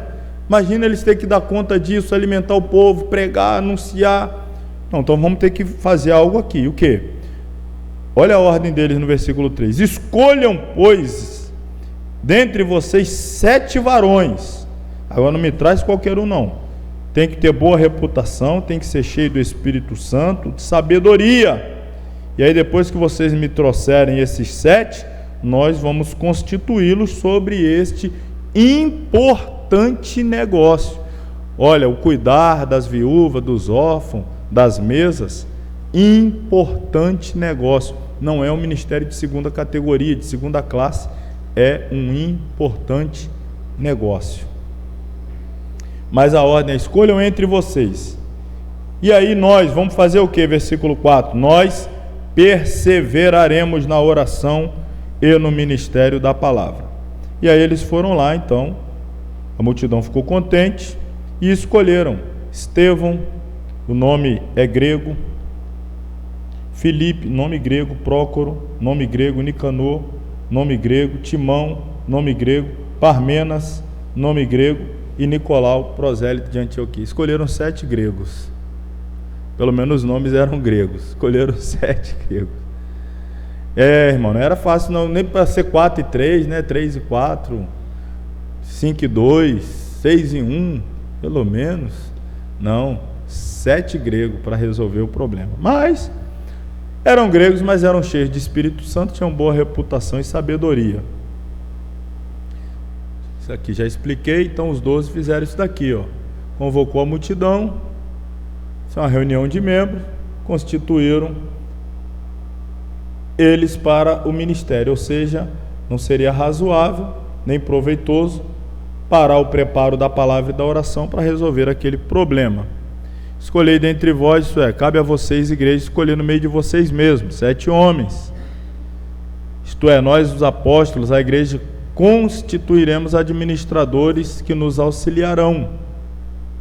Então prestemos atenção: diácono é um servidor da igreja local, é um auxiliar local. Mas nós, ou seja, os apóstolos, a liderança da igreja, perseveraremos na oração e no ministério da palavra. Então, diáconos são homens avalizados, escolhidos pela igreja. Aqui nós temos o capítulo que trata da instituição dos diáconos. Aqui eles aparecem pela primeira vez. E eles aparecem justamente para resolver problema. Diácono é resolvedor de problema, não criador. Obreiros, cooperadores são resolvedores de problema, não criadores. São separados para ajudar a resolver situações, conflitos. Por isso precisam ter boa reputação, ser cheios do Espírito Santo e cheios de sabedoria. No estudo que eu dei aqui na terça-feira, expliquei a diferença entre ser batizado e ser cheio. Ser cheio é a manifestação das virtudes do Espírito, o qual nós chamamos do fruto do Espírito. Tem que ter o fruto. Nota número 1: oração e ministério da palavra devem ser prioridades perenes na liderança da igreja. Isso não sugere que o ministério da benevolência esteja num patamar inferior. É apenas uma questão das funções designadas por Deus. Nota número 2: quando ministros ordenados para liderar passam a maior parte do tempo cuidando dos assuntos materiais da igreja, o que é que fica prejudicada? A vida espiritual fica prejudicada. Se todos se dedicam a cuidar das coisas materiais, prejudica a vida espiritual. Se todos só se preocupam com a espiritual, prejudica também. É por isso que tem essa separação de funções. Alguém tem que cuidar de uma parte, alguém tem que cuidar da outra. Afinal de contas, a igreja é um corpo. E aí, cada um cumprindo a sua tarefa, a igreja anda bem. Então, os diáconos são aqueles que prestam os serviços práticos. Não apenas é responsabilidade deles, mas a princípio eles são instituídos para tal, mas não significa que quem tem o ministério da palavra e da oração não deva ajudar também. Em nada diminui ou menos o qualifica. Pelo contrário, é mais honroso e digno termos líderes que saibam também ser servos. Liderança ordenada, importante, serviços espirituais. E quando a liderança também está envolvida com tantas outras coisas que não se dedicam aos serviços espirituais. Liderança ordenada, importante, serviços espirituais. Está aí. Quando essa disfunção ocorre? O diácono tem uma boa palavra e o pastor não sabe pregar. O diácono é bom, é um homem de oração e o pastor não ora. Quando tem essa inversão de... complicado também. As coisas têm que andar sempre em harmonia. É bom que o diácono saiba pregar, é bom que o diácono seja de oração. Eu estou fazendo crítica aqui quando o líder não é. Paulo vai recomendar aos presbíteros que saibam ensinar, aos ministros que saibam ensinar, que saibam pregar. Então nós temos que buscar isso daí, se enquadrar, sempre buscando melhorar. Capítulo 8, vamos partir para Samaria. Perseguição começa no capítulo 7, depois do discurso de Estevão, que está no grupo aqui, ó, o grupo dos 7 que eu citei aqui no versículo 5 do capítulo 6. E esse parecer contentou a toda a multidão e elegeram o primeiro nome da lista, Estevão. Estevão era pregador, era diácono, mas pregador. Pregou essa mensagem do capítulo 7. Prócoro, Nicanor, Timão, Parmenas, Nicolau, prosélito de Antioquia. Aliás, Filipe, né? Também aqui faltou falar o Estevão e depois o Filipe. Agora nós temos o Filipe. A perseguição é aqui iniciada de forma mais veemente e os discípulos saem. Filipe foi parar lá em Samaria. E aí nós temos aqui um dos versículos mais lindos da Bíblia. É muito lindo esse pequeno trecho aqui, que é o capítulo 8, versículo 4, 5, finalzinho do 5. 4 diz assim: mas os que andavam dispersos iam por toda parte anunciando a palavra. E descendo Filipe à cidade de Samaria, pregava o quê? Pregava a chave, receba, prosperidade. Pregava a Cristo. Pregava a Cristo. E olha o versículo 6, o resultado de se pregar a Cristo. E as multidões, unanimemente, prestavam atenção ao que Filipe dizia, porque ouviam e viam os sinais que ele fazia. Um diácono que pregava a Cristo e operava no poder do Espírito Santo. Então, no capítulo 8, o Espírito Santo manifesta-se além de Jerusalém, propagando-se em poder e graça através de servos em fuga, caçados como animais através de Saulo de Tarso, representante dos interesses do judaísmo sediado em Jerusalém.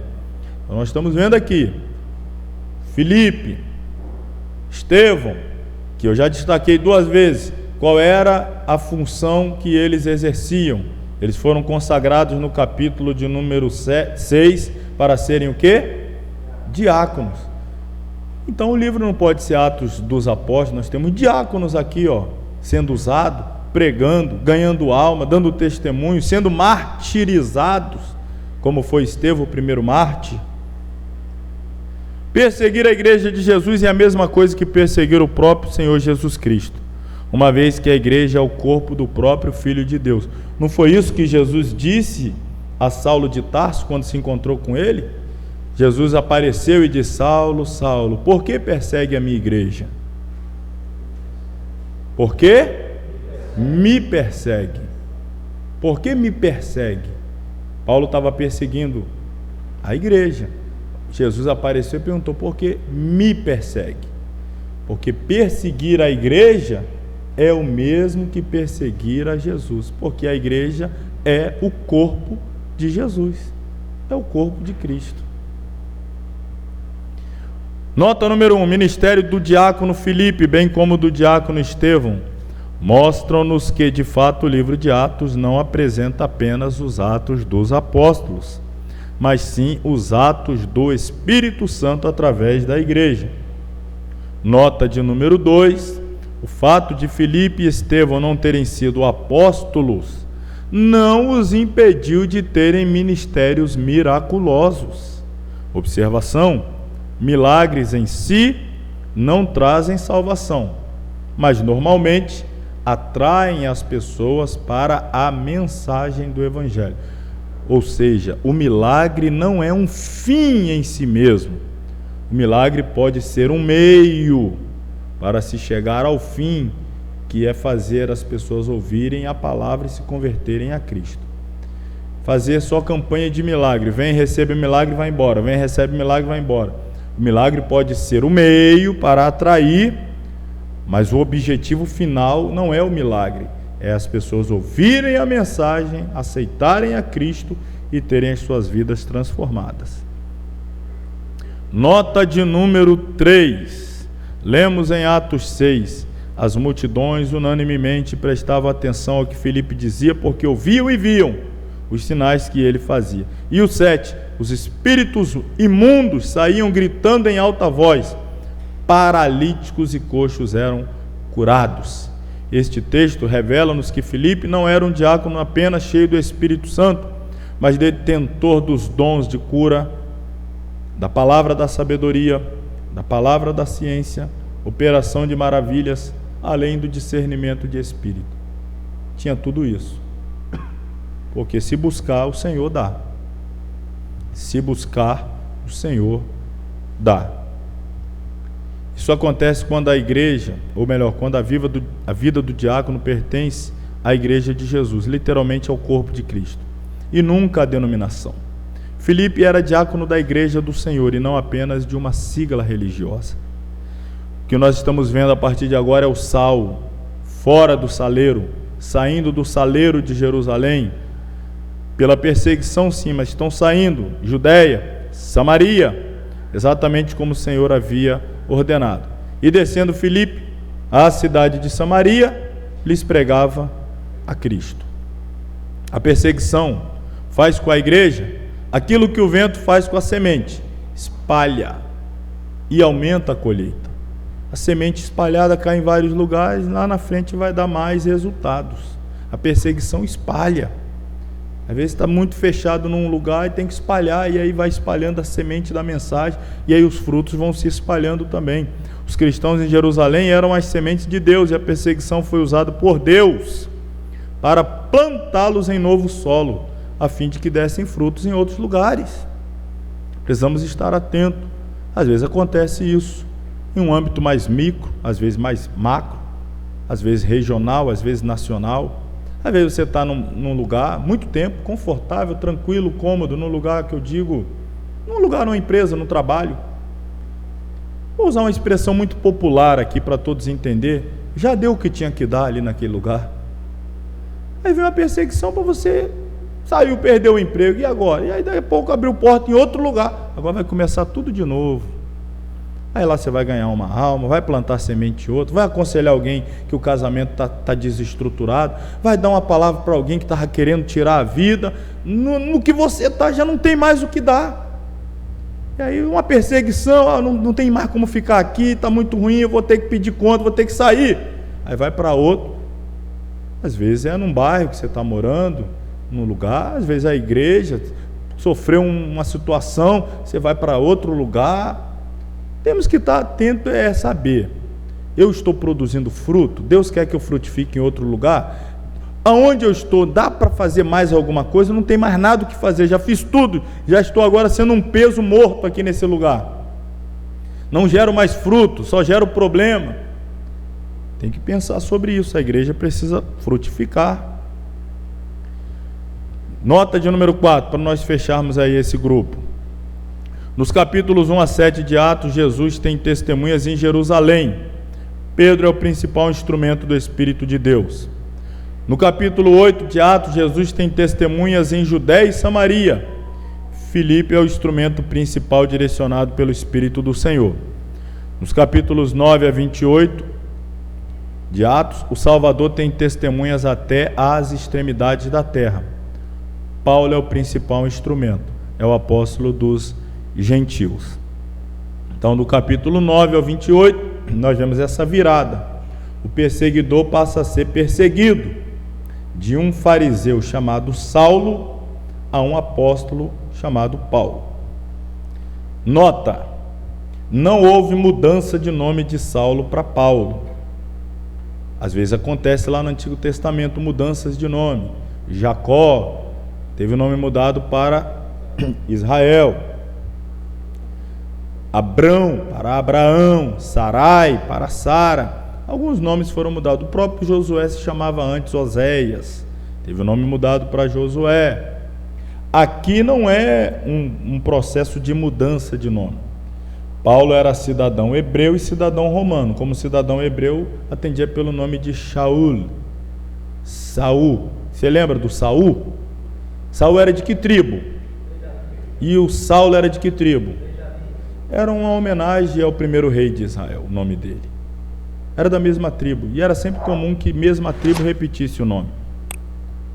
Se você ler a genealogia de Jesus em Lucas, e você deve ter lido essa semana a nossa leitura, você vai ver lá José, não sei o que, de Matias, José de novo, Jacó, José, Jacó. Normal. Quando João, a mãe de João e Isabel falou, qual é o nome dele? João. Que história é essa? Ninguém na família se chama João. Aí o Zacarias pediu uma tabuinha e escreveu João. O pessoal ficou espantado. Nunca teve esse nome na linhagem. Então essa é comum. Saulo, lá dos Benjamita, era comum. Mas o nome dele, que ele utilizava como romano, Paulo, que significa pequeno.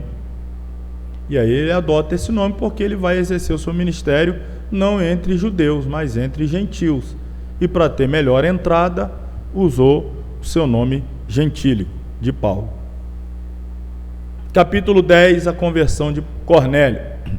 Deus comissionou Pedro para ir a Cornélio. O elemento básico da comissão, uma visão de elementos imundos. Aos olhos do judaísmo, através da visão de aves imundas, as quais ilustravam vidas humanas no mundo gentílico, Deus estava ensinando ao duríssimo Pedro uma lição inerente à vida da criatura humana. O apóstolo Pedro foi despertado e compreendeu que o plano divino de salvação eterna é para todos os povos e que o batismo com o Espírito Santo é para todos os que creem ardente e fervorosamente no Senhor Jesus Cristo. Mais uma nota: Cristo entregou nas mãos de Pedro a chave do reino. Lembra? Tu és o Cristo, o Filho do Deus vivo. E eu te digo que tu és Pedro, sobre esta pedra edificarei a minha igreja, as portas do inferno não prevalecerão contra ela, e também te entregarei a chave do reino. O que era a chave do reino? Pedro foi aquele que pregou a primeira mensagem depois de Pentecostes, e ali ele abriu o reino aos judeus. Agora ele vai pregar a mensagem ao Cornélio e vai abrir a porta do reino aos gentios. Depois Deus vai pegar essa chave e vai entregar na mão de Paulo, porque Pedro estava mais interessado em usar a chave dos judeus do que a chave do gentio, então, mas ele teria que ser aquele que usaria pela primeira vez. Ele abre a porta aos judeus, agora ele está abrindo a porta aos gentios. Do capítulo 13 ao final, portanto, teremos aí Paulo e a narrativa das viagens missionárias do apóstolo, os milagres, as mensagens, as perseguições, as consequências. Então, as rotas marítimas, aqui a primeira viagem, duas primeiras viagens do apóstolo começam e terminam na cidade de Antioquia. Lembrando que Saulo não foi bem aceito em Jerusalém, ele se ausenta, vai para sua cidade natal, fica lá por mais de uma década. Quando a mensagem do Evangelho floresce em Antioquia, os discípulos de Jerusalém não querem ir para Antioquia, mandam Barnabé para Antioquia. Quando Barnabé chega em Antioquia e percebe a grandeza do trabalho que ali estava, ele lembra de Saulo, que foi rejeitado em Jerusalém quando ele lá estava. E ele vai lá e busca o Saulo e traz para Antioquia. Da onde eu tirei isso? Tirei da Bíblia, irmão. Vamos só olhar isso daí rapidinho, no capítulo 12 de Atos.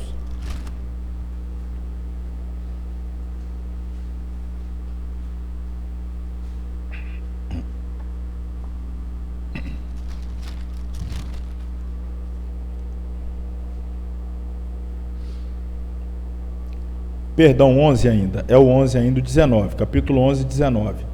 O evangelho é pregado aos gentios em Antioquia. Os que foram dispersos pela perseguição que sucedeu por causa de Estevão, caminharam até a Fenícia, Chipre e Antioquia, não anunciando a ninguém a palavra, somente aos judeus. O negócio de Pedro era usar a chave só do judeu. Havia entre eles alguns varões de Chipre e de Cirene, de Chipre e de Cirene, já não eram judeus, os quais, entrando em Antioquia, falaram aos gregos, porque eles não eram judeus, tinham mais facilidade, anunciando o Senhor Jesus. 21. A mão do Senhor era com eles, e grande número creu e se converteu ao Senhor. Chegou a fama destas coisas aos ouvidos da igreja que estava em Jerusalém. E aí, quem vai ser o apóstolo que vai para lá? Nenhum. Enviaram Barnabé para Antioquia, o qual, quando chegou e viu a graça de Deus, se alegrou e exortou a todos a que com firmeza de coração permanecessem no Senhor. Porque, falando agora de Barnabé, era homem de bem, cheio do Espírito Santo e de fé, e muita gente se uniu ao Senhor. Leia o 25. Partiu Barnabé para onde? Para fazer o quê? Buscar Saulo. E achando-o, conduziu para Antioquia. E sucedeu que todo um ano se reuniram naquela igreja e ensinaram muita gente. Em Antioquia foram os discípulos pela primeira vez chamados cristãos. Então o Saulo foi para lá, um ano ensinando. Ao capítulo 12, vamos pular, é um parênteses. Aí no capítulo 13, versículo 1 diz assim: na igreja que estava em Antioquia, havia alguns profetas e doutores. A lista começa com o mais ilustre deles, Barnabé. Simeão, depois, chamado Níger. Depois nós temos o Lúcio, que era sirineu, igual aquele sirineu que ajudou Jesus a carregar a cruz. Depois nós temos um homem muito proeminente, o nome dele é Manaém. Ele foi criado junto com Herodes o tetrarca, foi criado junto com Herodes o grande. E quem é o último da lista aí? E Saulo. Ainda era o desconhecido. O famoso era o Barnabé, famoso assim, conhecido. Trouxe o Saulo lá, já estão um ano ali. Versículo 2: servindo eles ao Senhor, jejuando, disse o Espírito Santo: apartai-me o primeiro e o segundo da lista, primeiro e o último, Barnabé e a Saulo, para a obra que os tenho chamado. Então, jejuando e orando, pondo sobre ele as mãos, despedido.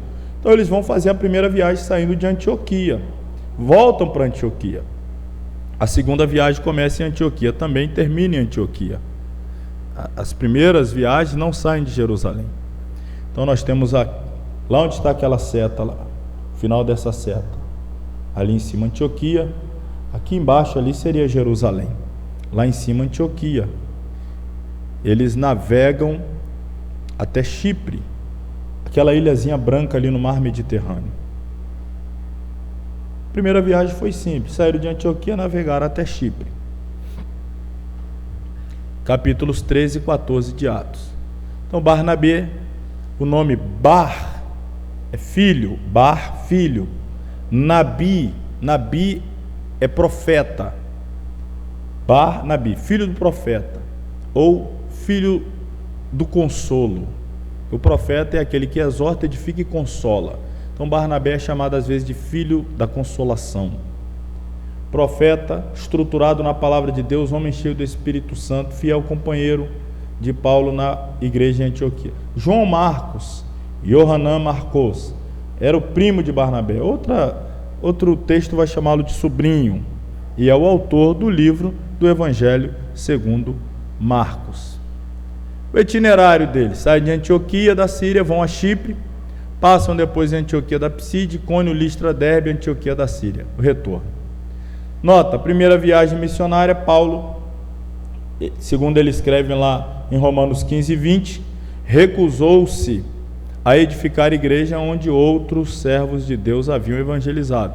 Então ele sempre procurava saber onde Cristo ainda não havia sido anunciado para ir. Aonde já tinha igreja ele não ia. Além de grandes conversões de gentios a Cristo, ele ali são perseguidos e apedrejados em Listra. Então a primeira viagem, saindo lá de Antioquia, descem a Chipre, sobem ali por Antioquia, da Psídia, Icônio, Listra, Derbe e voltam para Antioquia. Nós vamos encerrar a aula aqui na segunda viagem missionária, pela hora. Aí na semana que vem a gente pega a terceira, que já vai emendar com a viagem a Roma, e a gente já vai entrar nas epístolas, que é o próximo livro, e a primeira das epístolas é aos Romanos. Aí já vamos fazer um casamento ali da viagem a Roma e da epístola aos Romanos, e a gente já vai emendar as epístolas, tá? Mas hoje, por conta do horário, não vou correr muito aqui, vou fechar na segunda e aí depois a gente já entra na semana que vem, a partir dali. Deixa eu falar a segunda então. Quem acompanha Saulo na segunda? Silas, lembrando, né, que Barnabé seria o seu acompanhante natural, mas em virtude da insistência em levar Marcos, Paulo não quis, e aí eles acabam se dividindo. O Barnabé com Marcos vão novamente para Chipre, e o Silas junto com Paulo vão para outra direção. Eles vão para Troade, lá eles encontram Lucas, aí vai começar o nosso. Lá temos a conversão do jovem Timóteo, a partir de Derbe e Listra. O itinerário é esse, ó. Saem de Antioquia, sobem para a Síria, passam na Cilícia, Derbe, Listra, Galácia. Galácia é uma região. A epístola aos Gálatas é a epístola a essa região. Essas cidades estão lá na Galácia, Derbe, Listra. Aí vai Troade, aí o asterisco aqui, Filipos, é a primeira cidade já dentro do continente europeu. Macedônia, ao norte da Grécia. O evangelho já chegou na Europa aqui. Aí vai em Tessalônica, está dentro da Europa aí, na antiga Grécia, Bereia lá também, Atenas, a capital atual da Grécia, Corinto na Grécia. Depois vão a Éfeso. Éfeso já está hoje no país da Turquia. Descem a Jerusalém, sobem a Antioquia, de onde começou a viagem. Então uma viagem longa, essa segunda. Lá o itinerário. A maioria das Bíblias que nós usamos no final tem esses itinerários. Isso que eu não estou destacando muito aqui, mas eles saem lá. Deixa eu mostrar aqui daqui, ó. Saem daqui e vão subindo aqui a Ásia. Aí aqui vão entrar na Europa. Aí vão descer, volta para cá, vai lá na ilha de Chipre, desce para Jerusalém, sobe agora de novo aqui e encerra onde começaram. Uma viagem longa, bem longa mesmo. Está ali uma foto, vamos dizer assim, mais aproximada só daquela região. Como disse, a maioria das Bíblias trazem esses mapas.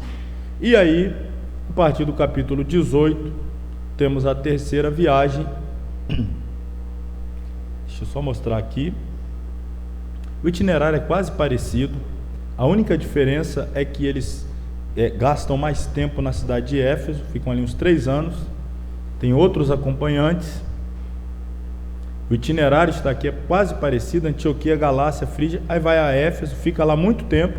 Depois voltam pela Macedônia, Mileto. Paulo faz a despedida ali, porque ele já sabe que na sequência ele vai ser recebido em Cesareia e vai ser preso. Da prisão ali, então, ele é encarcerado, e aí vai começar aquele suplício, a tentativa de morte, né, de matá-lo. Aí ele pede então para ser julgado pelo imperador em Roma, e aí vai começar então todo o arranjo para levá-lo a Roma. Foi a partir do final da terceira viagem missionária, quando o ministério paulino manifestou esplêndidos milagres do Senhor, que o apóstolo viu-se totalmente envolvido e enredado nas consequências do ódio dos judaístas. Desde então, as caminhadas de Paulo sofreriam fortes bloqueios gerados por tribunais, prisões e finalmente a morte física na cidade de Roma.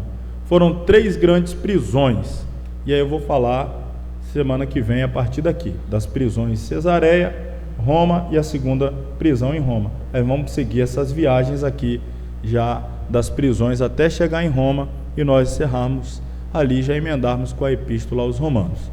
Amém? Não tivemos um intervalo e um lanche no intervalo, mas deve ter alguma coisa para os irmãos aí, tipo um H2O, alguma coisa assim.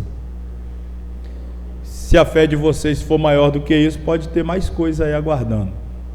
Vamos orar então para nós encerrar. Muito obrigado pela paciência. Falamos aqui quase 2 horas seguidos, irmãos aí com paciência, irmãos em casa tem mais facilidade, dá o pause, vai, para, aqui não tem como, né? Presencial não tem como. Mas Deus abençoe a todos. Vamos encerrar, que tem mais alguma coisa aí depois, né?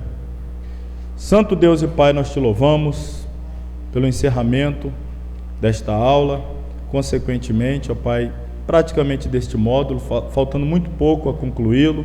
Obrigado por ter nos ajudado até aqui, a tua bênção sobre nós, Pedimos que nos leve em paz, nos dê um fim de semana abençoado na Tua presença, guardados e protegidos pelo Senhor. Continue nos livrando de todo mal, nos ajudando a ser uma igreja viva e ativa e atuante, e glorifique em tudo o Teu nome. Assim nós rogamos em nome de Jesus.